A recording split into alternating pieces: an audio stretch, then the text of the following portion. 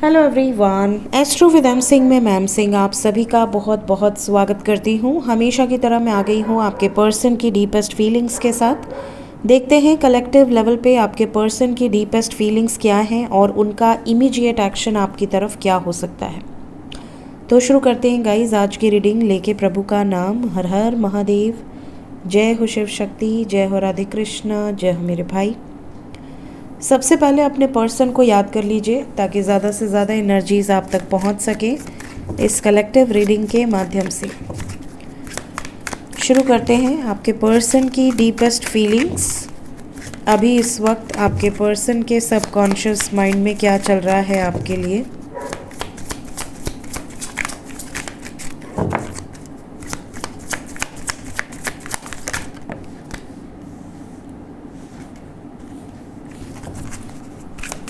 Deepest feelings angels, 5 cards.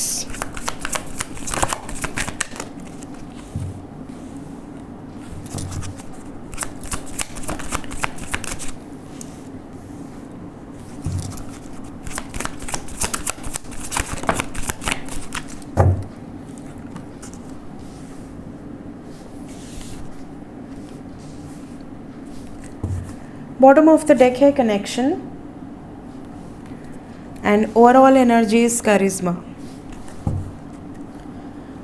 Let's check current energy. अभी इस वक्त सबकॉन्शियस में क्या है, करंट एनर्जी, करंट सिचुएशन, किस एनर्जी में है आपके पर्सन इस वक्त।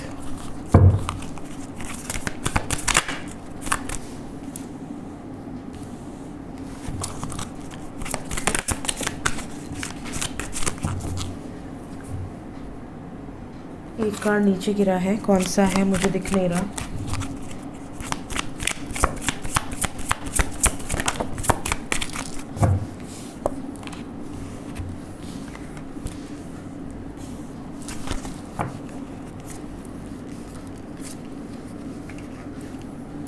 Okay, so we have 5 of fire, the word, chariot, tower, temperance, moon and 10 of earth.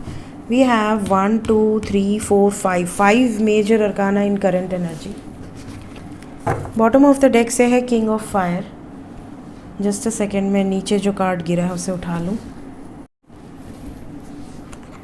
ये भी मेजर arcana है, हाई प्रीस्टेस।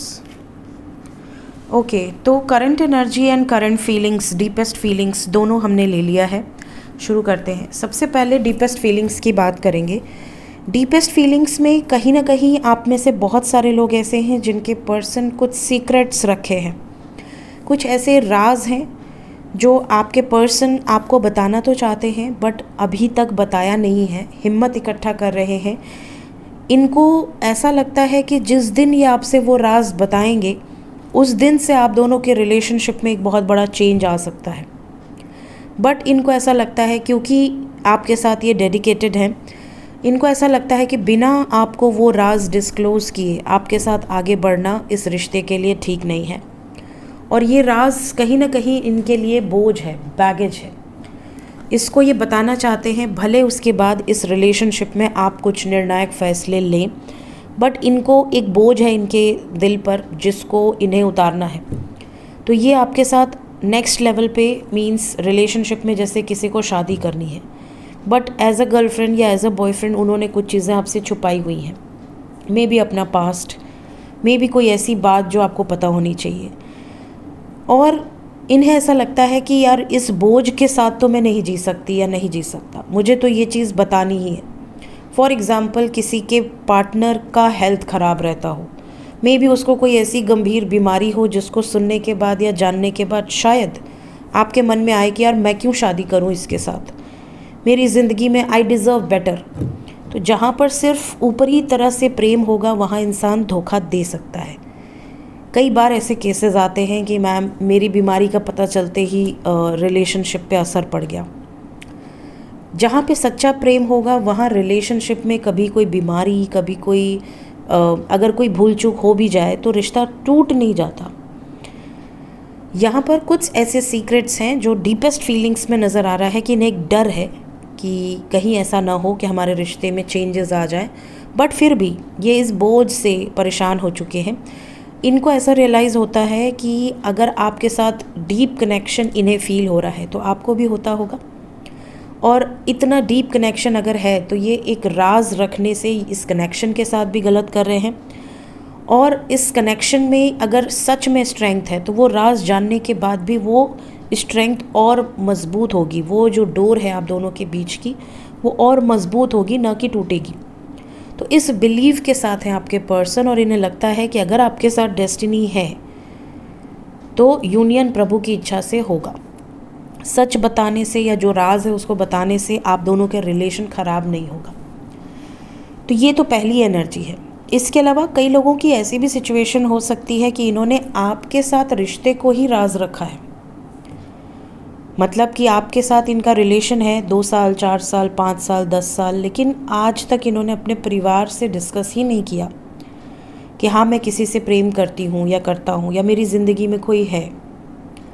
तो ये जो भी सीक्रेट्स हैं इनकी फीलिंग्स में है कि अब ये बोझ मैं और नहीं उठा सकती या नहीं उठा सकता। तो ये रिवील कर देना चाहते हैं चीज़ें।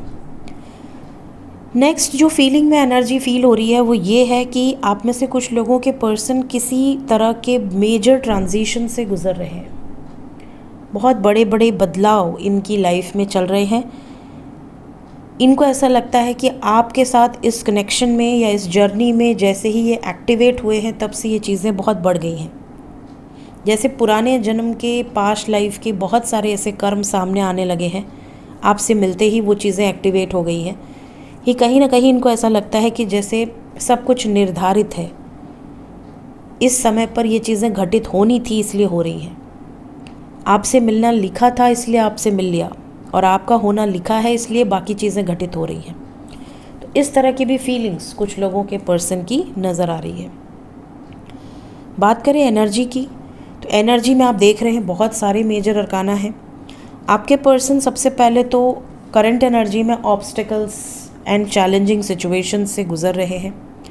बट इनको ऐसा लगता है कि दुनिया में अगर आए हैं, जन्म लिया है, तो चैलेंजेस तो रहेंगे ही। आपके पर्सन टावर मोमेंट से नहीं डरते, जो होना है हो जाए। आपके पर्सन के अंदर सब्र बहुत है, पेशेंस बहुत है। इमोशनल लेवल पे इन्हें ऐसा भी लगता है कि अगर आपके साथ यूनियन डेस्टिन्ड है तो कोई रोक नहीं पाएगा, चाहे कितने भी व्यवधान आए, कितने भी ऑब्स्टिकल्स आए। आपके पर्सन सब्र के साथ इंतज़ार कर रही हैं या कर रहे हैं। दूसरी चीज़, अगर आप दोनों के बीच में टावर मोमेंट है तो कहीं ना कहीं आपके पर्सन टेलीपैथिकली आपसे बहुत ज़्यादा कनेक्टेड हैं, एनर्जेटिकली आपसे बहुत ज़्यादा कनेक्टेड हैं। और इनकी एनर्जी में ये भी है कि ये कुछ मेजर स्टेप्स लेने का प्लान कर रहे हैं आपकी तरफ। रोमांटिक एनर्जी बहुत ज़्यादा है और स्ट्रॉन्ग है। एक सॉलिड कमिटमेंट के साथ आपके पर्सन आपकी तरफ वापस आना चाहते हैं। अगर कोई ऑब्स्टिकल्स हैं तो ये बिंदास केयर फ्री होकर आपके लिए स्टैंड लेना चाहते हैं। द फूल की एनर्जी, द फूल एक ऐसा व्यक्ति, एक ऐसी सिचुएशन जहाँ इंसान को फ़र्क नहीं पड़ता कौन क्या सोच रहा है।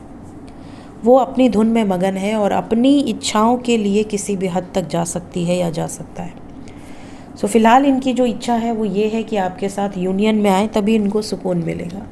लेकिन यूनियन के दुश्मन बहुत हैं, ये भी यहाँ पर नज़र आ रहा है। तो लेट्स चेक कि क्या होने वाला है। इमीडिएट फ्यूचर में एक्शन क्या एक्सपेक्टेड है, आपके पर्सन क्या एक्शन ले सकती हैं या ले सकते हैं।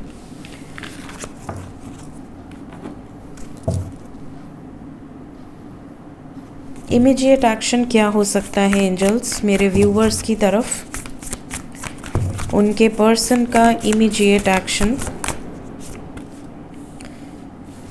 8 नंबर इज़ इम्पॉर्टेंट।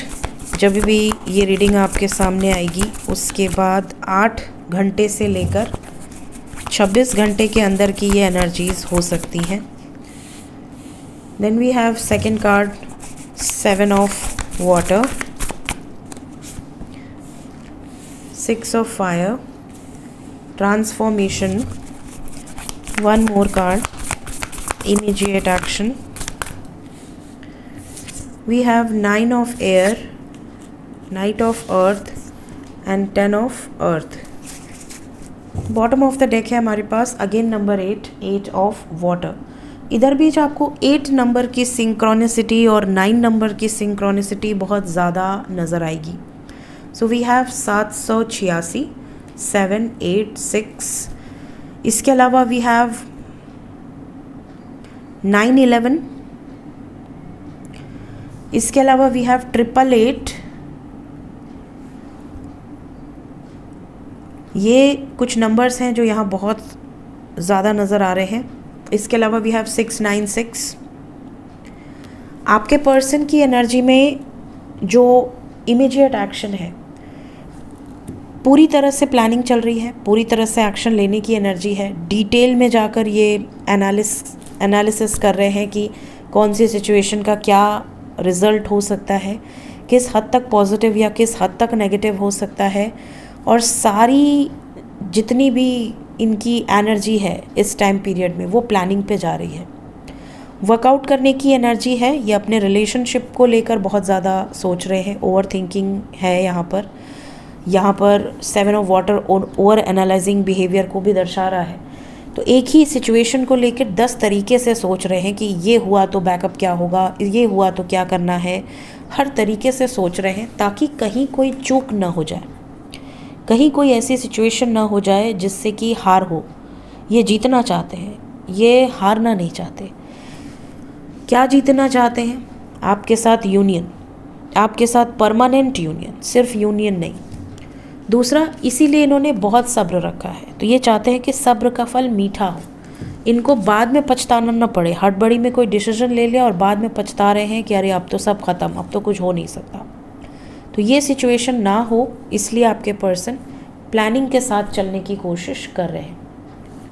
जहाँ पर भी इन्हें ऐसा लगेगा कि इनकी प्लानिंग के अकॉर्डिंग चीज़ नहीं हो रही है, इनकी प्लानिंग के अकॉर्डिंग बिल्कुल भी नहीं हो रहा, सब कुछ उल्टा हो रहा है, वहीं पर ये रुक जाएंगे।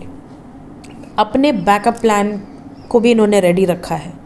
जैसे कोई इंसान प्लान कर ले कि हाँ मुझे लव मैरिज करना है, हम कोर्ट में जाएंगे, कोर्ट में शादी करेंगे, अगर ऐसा हुआ तो ये करेंगे, अगर वैसा हुआ तो ये करेंगे, कहाँ रहेंगे, क्या व्यवस्था है रहने की, अगर पेरेंट्स पीछे पीछे आ जाते हैं, हमें मनाने की कोशिश करते हैं तो क्या होगा, हमारा अर्निंग का स्रोत क्या है, हम इंडिपेंडेंटली रह पाएंगे या नहीं रह पाएंगे, अगर तुम्हारे ऊपर या मेरे ऊपर प्रेशर बनाया गया तो कैसे झेलना है उस प्रेशर को।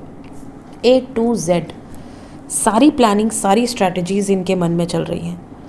कहीं भी इनको अगर ऐसा लगता है कि अगर मैंने अब स्टेप नहीं लिया तो हम दोनों को पछताना पड़ जाएगा, ये रिलेशनशिप हमेशा के लिए एंड हो जाएगा, इस तरह की एनर्जी है यहाँ पर। तो आपके पर्सन की एनर्जी में ये चीज़ें नज़र आ रही हैं। सीरियस हैं, एक्शन ओरिएंटेड हैं और जीतना चाहते हैं। कोई भी चूक इनसे ना हो, इस चीज़ का बहुत ज़्यादा इनको ध्यान है। लेट्स चेक कि एंजल्स क्या बताना चाहते हैं इस वक्त। एंजल्स की तरफ से गाइडेड मैसेजेस क्या हैं आपके लिए।